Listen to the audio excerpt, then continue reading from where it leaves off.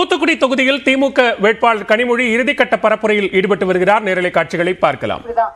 அதனால இந்த சாதாரண மக்கள் இப்ப உங்களுக்கு பேங்க் அக்கவுண்ட் இருக்குல்ல, பேங்க் அக்கவுண்ட்ல காசு கம்மியா வச்சிருந்தீங்கன்னா அதை பிடிக்கிறாங்களா? அதே மாதிரிதான் கஷ்டப்படக்கூடியவங்களுக்கு 100 நாள் வேலை கொடுக்கணுங்கிறது அதை கூட நிறுத்துறாங்க. புரியுதா? அதுதான் சொல்ல வரேன்.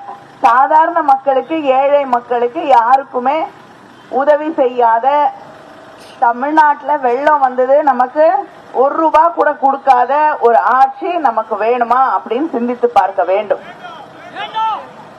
வேணாம். அதனால அவங்கள வீட்டுக்கு அனுப்ப வேண்டிய நேரம் நெருங்கி விட்டது. நம்முடைய முதலமைச்சர் அவர்கள் மக்களுக்கு கொடுத்திருக்க எல்லா வாக்குறுதிகளையும் நிறைவேற்றக்கூடியவர். 1000 ரூபாய் உரிமை தொகை, கலைஞர் மகளிர் உரிமை தொகை இன்னைக்கு தமிழ்நாட்டில் 1,15,00,000 பேருக்கு கிடைச்சிட்டு இருக்கு. சில பேருக்கு விட்டு போயிருக்கலாம். அதாமா உங்களுக்கு தேர்தல் முடிஞ்ச உடனே, அமைச்சரும் இங்கதான் இருக்காங்க, தேர்தல் முடிஞ்ச உடனே மறுபடியும் ஒரு முகாம் வச்சு யார் யாருக்கெல்லாம் விட்டு போயிருக்கோம், நிறைய பேருக்கு கிடைச்சிருக்கு, அமைதியா நிக்கிறாங்க.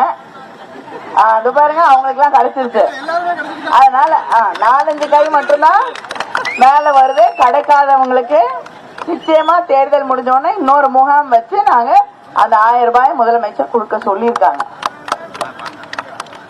6000 ரூபாய் வெள்ள நிவாரணம். சரியா? இதையெல்லாம் செய்து கொண்டிருக்கக்கூடிய நம்முடைய முதலமைச்சர், நம்முடைய ஆட்சி, இந்திய கூட்டணி ஆட்சி டெல்லியில வந்தவுடன் மோடி உங்களுக்கு மானியம் கொடுக்கறேன்னு சொல்லி கேஸ் சிலிண்டருக்கு ஆட்சிக்கு வந்தார். 410 ரூபாய் இருந்த கேஸ் சிலிண்டர் இன்னைக்கு 1200 ரூபாய். மறுபடியும் நம்ம ஆட்சி வந்ததுன்னா 500 ரூபாய் கேஸ் சிலிண்டர், 500 ரூபாய். அதே போல பெட்ரோல் 75 ரூபாய். சரியா? டீசல் 65. பெட்ரோல் டீசல் விலை குறைஞ்சதுனால எல்லா விலைவாசியும் குறைஞ்சிடும். சரியா? அது ரெண்டும் குறைஞ்சாலே மற்ற விலைவாசி எல்லாம் தானா குறைய ஆரம்பிச்சிடும். இதையெல்லாம் நாங்க செய்யணும்னா நீங்க என்ன பண்ணணும்? ஓட்டுக்கு ஓட்டு போடணும். அதே போல காங்கிரஸ் தேர்தல் அறிக்கையில் என்ன சொல்லிருக்காங்க? ஏழ்மையில் இருக்கக்கூடிய குடும்பத்துல ஒரு பெண்ணுக்கு 1 லட்சம் ரூபாய் வழங்கப்படும். ஒரு வருஷத்துக்கு 1 லட்சம் ரூபாய். சரியா?